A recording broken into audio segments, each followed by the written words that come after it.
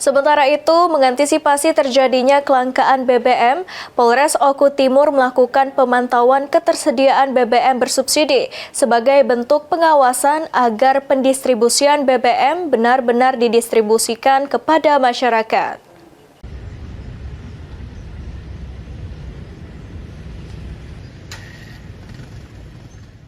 Dampak konflik yang terjadi di Timur Tengah pelan-pelan mulai merambah masuk ke daerah.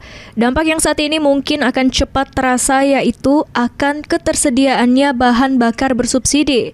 Untuk mengantisipasi hal tersebut, Kepolisian Resor Ogan Komering Ulu Timur melakukan pemantauan BBM bersubsidi yang ada di wilayah Kabupaten Oku Timur. Pemantauan BBM bersubsidi tersebut dilakukan terkait efisiensi energi yang dilakukan pemerintah akibat dari dampak terjadinya konflik di Timur Tengah.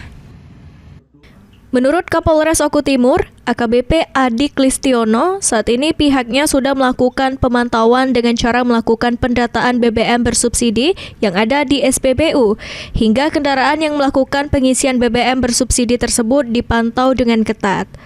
Selain itu, apabila nanti pada saat dilakukan pemantauan ditemukan hal-hal yang mencurigakan, pihaknya akan melakukan penyelidikan, serta tidak akan segan menerapkan aturan dan ketentuan yang berlaku. Ya, itu nanti kalau kita temukan segala macam, kita proses sesuai dengan aturan. Misalnya kita monitornya lewat pendataan. Jadi kami minta data dari mereka tiap hari, kendaraan-kendaraan yang menggunakan bahan bakar bersubsidi itu kendaraan apa aja yang disertai dengan dokumentasi. Nah, itu kita analisis tiap hari. Ketika ada yang mencurigakan, misal kendaraan si X ini berulang kali dalam sehari berapa kali, apa dicurigai, ya, atau dicurigai, dan kita akan penyelidikan. Kalau benar terbukti, kita proses sesuai dengan hukum yang berlaku.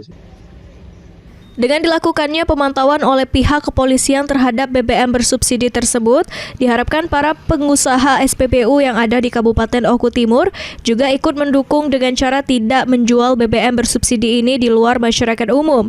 Mengingat saat ini pemerintah sedang melakukan efisiensi energi untuk menjaga stabilitas negeri. Francisco Ari Karwana, PAL TV.